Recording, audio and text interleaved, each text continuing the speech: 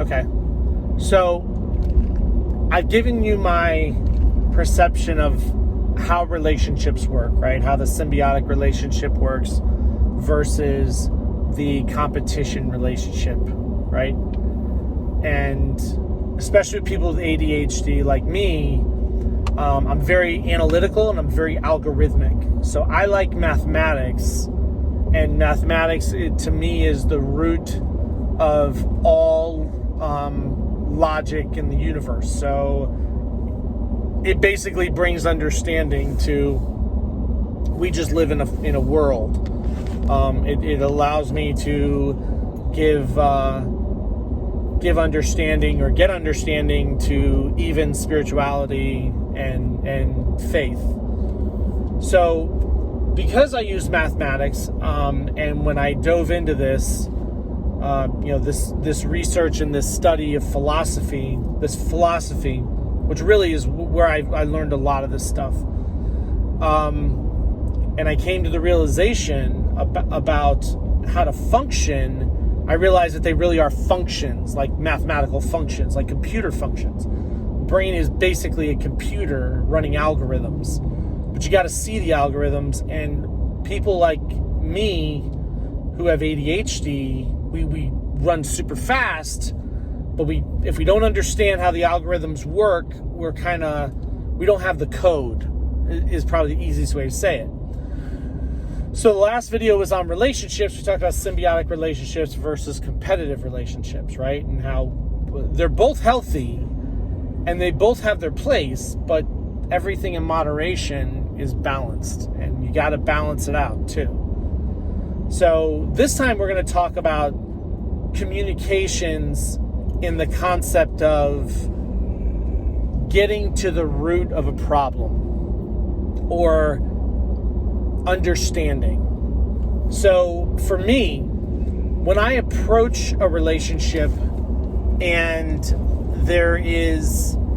we're just expressing ourselves, if I become inquisitive, I will question them. So I use the questions to narrow down exactly what someone's saying. In other words, I really try really hard not to allow my perceptions to run without examination, right? Without inquiring to make sure that the facts of what I'm stating.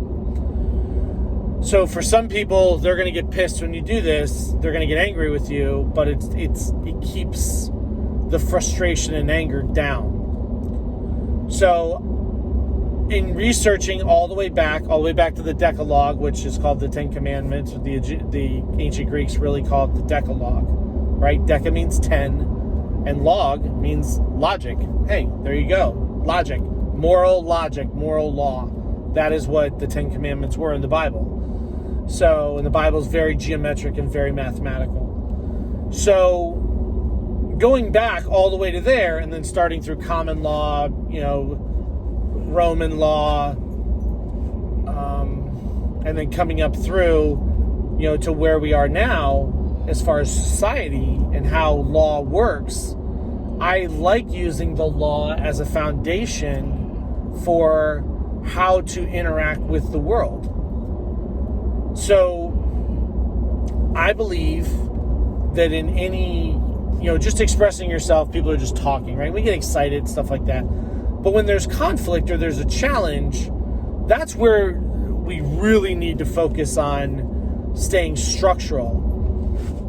So the process that I like to use is I like to use it the way the legal system does it, right? You have a plaintiff, or you have someone who has an infraction, and you have someone who has infracted.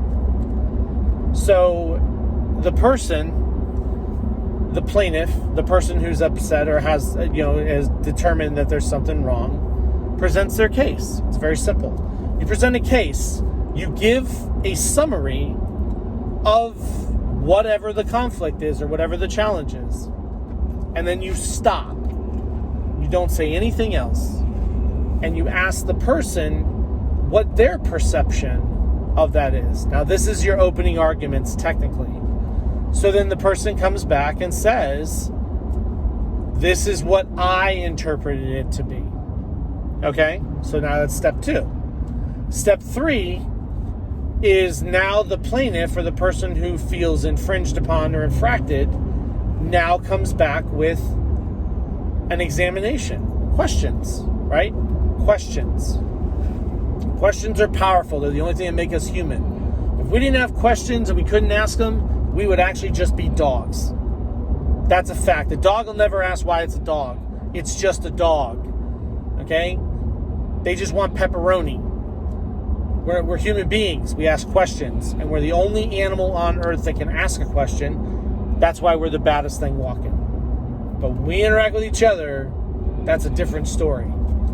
So, and then this examination process of questions and answers, will get to the truth, or at least what is closest to the truth. And it's a mutually respectful way to communicate. And it's very structured. So this is the examination process. I'm going to make another video on if you've just been infracted upon, or if someone's been infracted upon, how you can start that process, which is a little bit different. But for, this is basically like a mediation process of coming to the truth or finding it, when both parties are really trying not to upset each other. So I hope this helps. I know it helps me, and it keeps me on the straight line. And I can tell when someone's trying to play a game with me, because it'll come out pretty quick. So God bless you guys, and take care.